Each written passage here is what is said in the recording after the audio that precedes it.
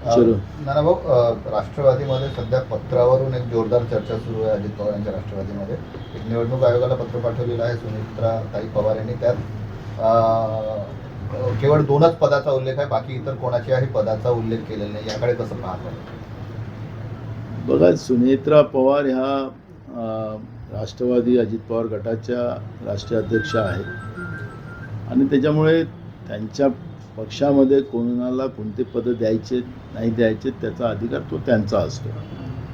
पण आता कार्यकारी अध्यक्ष प्रफुल्ल पटेल आणि सुनील तटकरे प्रदेश अध्यक्ष हे म्हणतात की आम्ही आपत्कालीन परिस्थितीमध्ये आम्हाला निर्णय घ्यायचे अधिकार असतात.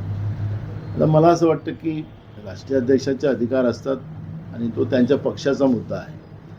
मला वाटतं की राष्ट्रवादीच्या अंतर्गत जे काही चाललेलं असेल त्याच्यामध्ये आम्ही हस्तक्षेप करावा हे काही बरोबर नाही आणि मला वाटतं की त्या पक्षामध्येच त्यांचे निर्णय व्हावेत असं आम्हाला अपेक्षित आहे. पण पक्षात अंतर्गत कुठेतरी धुसफूस असल्याचं या माध्यमातून समोर येत आहे का?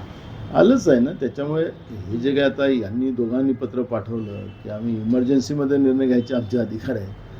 आता इमर्जन्सी केव्हा येणार तेव्हा घेतील हे निर्णय, पण अजून काही हे जे आता यांनी पत्रव्यवहार केला म्हणजे धुसफूस आहे हे त्याच्यातून स्पष्ट होते. भाऊ, अजित पवार गट आणि शिंदेची सेना या दोन्ही पक्षातील 25 ते 30 आमदार भाजपमध्ये विलीन होण्याच्या मार्गावर आहे, मात्र त्यांना काही काळ थांबावं लागलेलं आहे असं संजय राऊत म्हणतात आहे. याकडे कसं बघता तुम्ही? हे होऊ शकतं? आपल्याला लक्षात असेल की महानगरपालिकेच्या निवडणुकीच्या नंतर मी एक वक्तव्य केलं होतं. मी तो गेम शब्द वापरला होता आणि त्याच्यात अजित पवार यांचा विमान अपघाताने मृत्यू झालेला होता हे आपण सगळ्यांना माहिती आहे. मी 8 दिवसातच सांगितलं, पण त्या 8 दिवसात ते तशी घटना घडली. पण मी म्हणून आता गेम शब्द वापरण्यापेक्षा याला मोठा खेळ आता राष्ट्रवादी अजित पवार आणि एकनाथ शिंदे यांच्या पक्षाचा होणार आहे. हे मी अधिवेशनाच्या आत्ताच बजेट अधिवेशनामध्ये मी वक्तव्य केलं होतं. त्यामुळे मला असं वाटतं की खेळाची सुरुवात झालेली आहे. हे 5 राज्याच्या निवडणुकीच्या त्याच्यामध्ये या 5 राज्याच्या निवडणुकीच्या पहिलेच हा खेळ पूर्णत्वास जाईल असं चित्र आज निर्माण झालेलं आहे.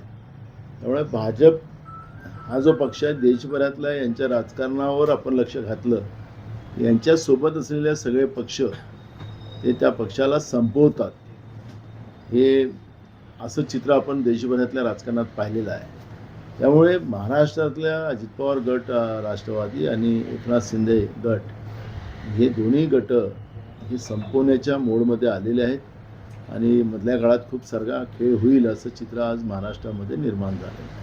शिंदेच्या सेनेची डिनर डिप्लोमॅसी सुरू झालेली आहे. केंद्रीय मंत्री जे आहे प्रतापराव जाधव यांनी एक डिनर आयोजित केलं होतं आणि ठाकरे गटाचे खासदार नागेश पाटील, आष्टीकर आणि संजय देशमुख यांची सुद्धा उपस्थिती त्या ठिकाणी होती. म्हणजे कुठेतरी हलचल सुरू झाली असं म्हणायचं.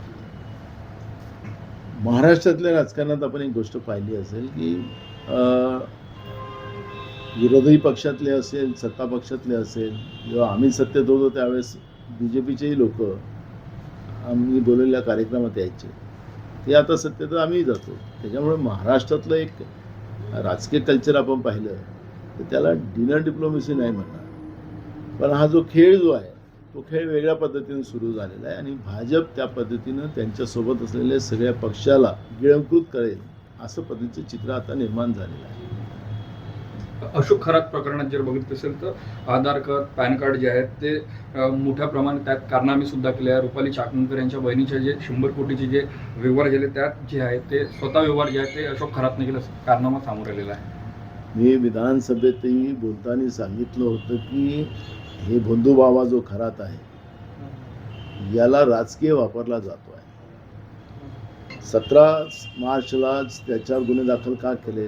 कारण की हा खरात प्रकरण तर अनेक दिवसाचं चाललं होतं.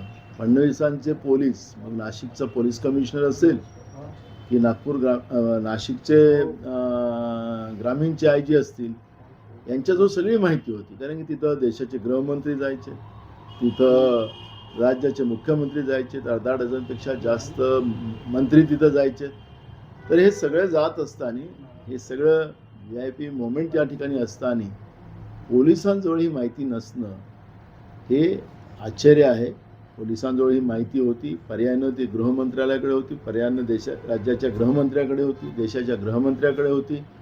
आणि हे सगळी माहिती असताना अशोक खोरातला इतके दिवस पोसून कोणी ठेवलं, तर ते सत्तेत बसलेल्या भाजपनी पोसून ठेवलेलं होतं. आणि एकनाथ शिंदे जेव्हा दिल्लीत गेले आणि यांच्या दोन्ही आकांना भेटले आणि तिथून आपली खुर्ची जाते असं फडणवीसांना वाटायला लागलं आणि तिथून हा गेम पॉलिटिकल झालेला आहे. आणि म्हणून खरासारख्या राक्षसाला हे पहिलेच संपवता आलं असतं, महिलांना वाचवता आलं असतं, पण याला राजकीय वापरायसाठी खरातला इतके दिवस पोसून ठेवण्याचं काम हे राज्यातल्या सरकारने केलेलं आहे. हे तेवढंच सत्य आहे आणि हे मी विधानसभेत रेकॉर्डवर आणलेलं आहे. त्याच्यामुळे जे काही राजकारण आता खराच्या नावानं चाललेलं आहे ते तर त्याला बिलकुल या पाप्याला सजा झालीच पाहिजे, त्याच्यामध्ये काही दुमत नाही. पण जे महागाई आहे, ज्या पद्धतीनं गॅस मिळत नाही, ज्या पद्धतीनं डिझेल पेट्रोलच्या महागाई वाढलेली आहे, शेतकरी रोज बर्बाद होती आहे, या सगळ्या विषयाला डायव्हर्ट करण्यासाठी खरात प्रकरणाला राजकीय दृष्टिकोन वापरायचं असं सरकारला असेल तर हे चुकीचं आहे. त्याला काय फाशीवर चढवायचं तर त्यांनी चढवलं पाहिजे. आणि जे कोणी आता त्याच्यामध्ये अनेक मंत्री, अनेक आमदार सत्ता पक्षातले हे त्याच्या पापातले वाटेकरी आहे.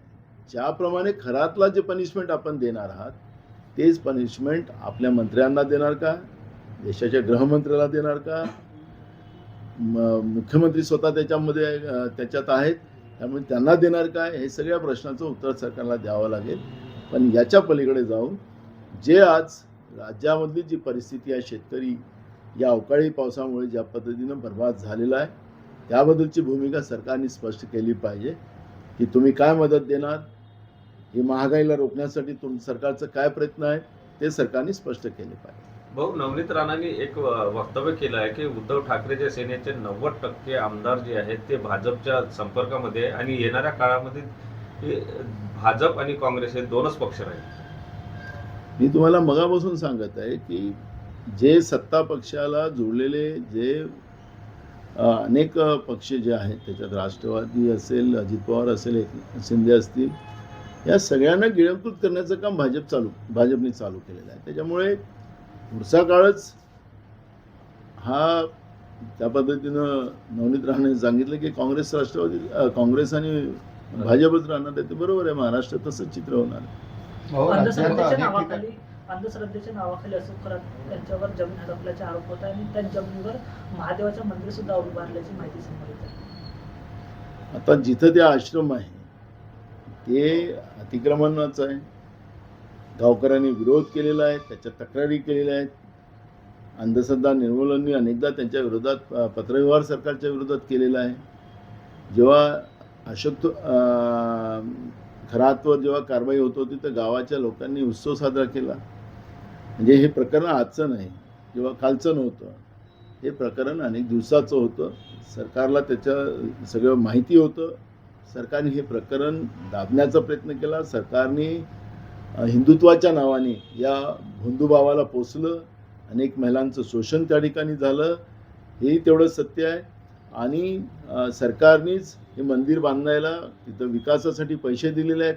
त्यामुळे सरकारच याला दोषी आहे हे याच्यातून स्पष्ट होते आहे. त्यामुळे फक्त अशोक खरातच नाही तर राज्यातलं सरकारही याला दोषी आहे असं म्हणता येईल. उबाटा गट जे आहे ते काँग्रेसमध्ये विलीन होणार अशा प्रकारचे वक्तव्य आहे जे नवनाथ बन भाजपचे प्रवक्ते त्यांनी केलेलं आहे आणि सुपारी जी आहे ते संजय राऊतांनी घेतलेली असं त्यांची प्रतिक्रिया. असं कुठलंही प्रक्रिया आमच्याकडे चाललेली नाही आहे. त्याच्यामुळे हे खोटे आरोप आहेत.